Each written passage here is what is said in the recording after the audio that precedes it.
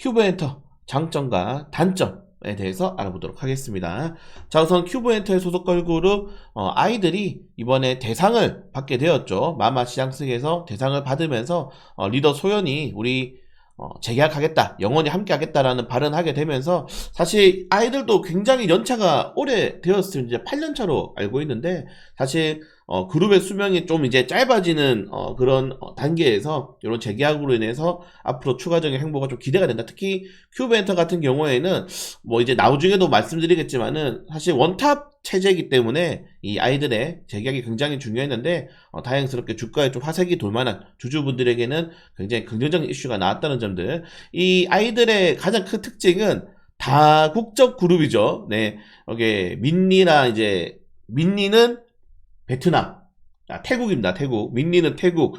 요 미연이랑 소연이는 한국. 여기 오기는 네, 중국이고요. 여기 슈아는 대만입니다. 네, 그래서 한국인들보다 비한국인들이 더 많은 그런 국적을 가지고 있는데, 이것도 이제 조금 아쉬운 점이 마지막에 나올 텐지만은 아무튼 이런 내용이 있고, 음원에서 굉장히 강자예요. 네, 그래서 남녀 뭐 모두 이 아이들의 음원을 좋아한다는 점들 좀 잘 체크하시면 될 것 같고, 이번에 아이들이 재계약이 좀 가능할 것이다라고 지금 예약됐던 이유가, 올해 이제 이 7월 달에 160억짜리 전화사채를 발행을 하게 됩니다. 전화사채를 발행하게 되면서 이게 1회차입니다. 그러니까 큐브엔터가 전화사채 종이 장사를 하는 기업이 아니었는데, 이번에 이 전화사채를 발행하면서 이거 재계약 금액 아니냐라는 그때 루머가 잠깐 나오면서 주가가 올랐다가, 또 이제 그때 소연이 계속적으로 좀 재계약에 관련돼가지고 좀 뭐 머뭇거리는 발언도 하고, 특히 이번에 슈아가 계속적으로 좀 연예계 생활 힘들다라는 발언들을 많이 했기 때문에 재계약 힘들 수도 있겠다,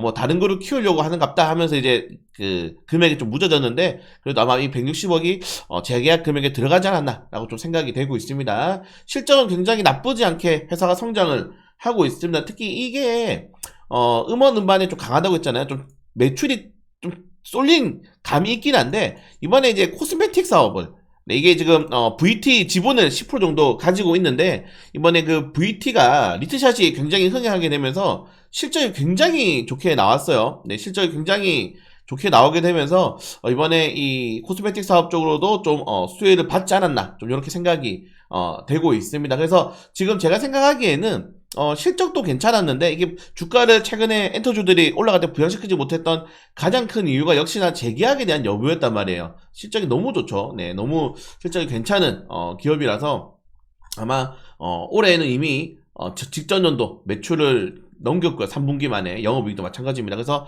무조건 서프라이즈가 연말 기준으로 나올 건데, 조금 아쉬운 점이 좀 말씀드리고 싶은 게, 여기 보시는 것처럼 이 코스메틱 사업은 사실은 이제 좀 변동성이 있을 수 있으니까, 본인 주 사업이 아니니까 이게 음반 음원에 너무 치우쳐져 있어요.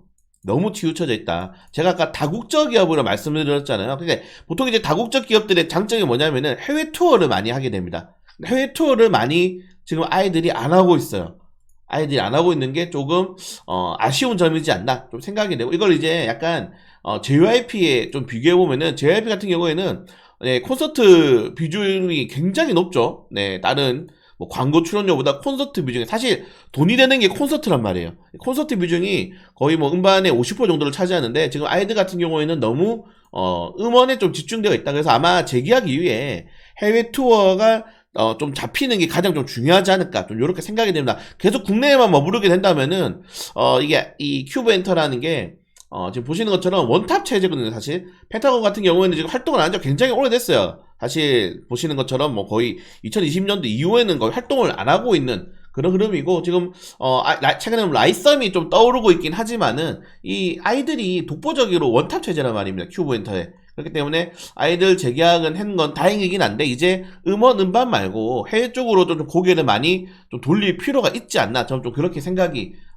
돼요. 그래서 일단은 주가가 오를 가능성이 매우 높습니다. 왜냐면은 YG 엔터테인먼트를 딱 볼 때, 자, 이제 이 주가가 엄청 높았다가 계속 블랙핑크 재계약 되나 재계약 안 되나 이슈로 엄청나게 떨어졌는데, 여기 한번 딱 상한가를 기록했거든요. 12월 5일날에 이때 상한가를 기록했던 게, 블랙핑크가 멤버는 따로 계약하겠지만은 완전체 그룹으로는 YG 엔터테인먼트랑 계약하겠다라고 밝히면서 그때 상한가를 기록해서, 근데 그 다음부터 주가가 뭐 쉽지는 않죠. 이제 겨우 다시 한번 더 5만원까지 반등이 나오고 있는데, 그래서 아마 큐브엔터가 월요일날 주가가 탄력이 나올 가능성은 저는 매우 높다라고 생각이 됩니다. 근데 만약에 한